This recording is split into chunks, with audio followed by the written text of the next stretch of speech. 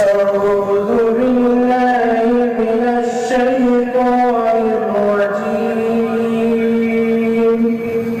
بسم الله الرحمن الرحيم. اقرأ باسم ربك الذي خلق. خلق الإنسان من علق. اقرأ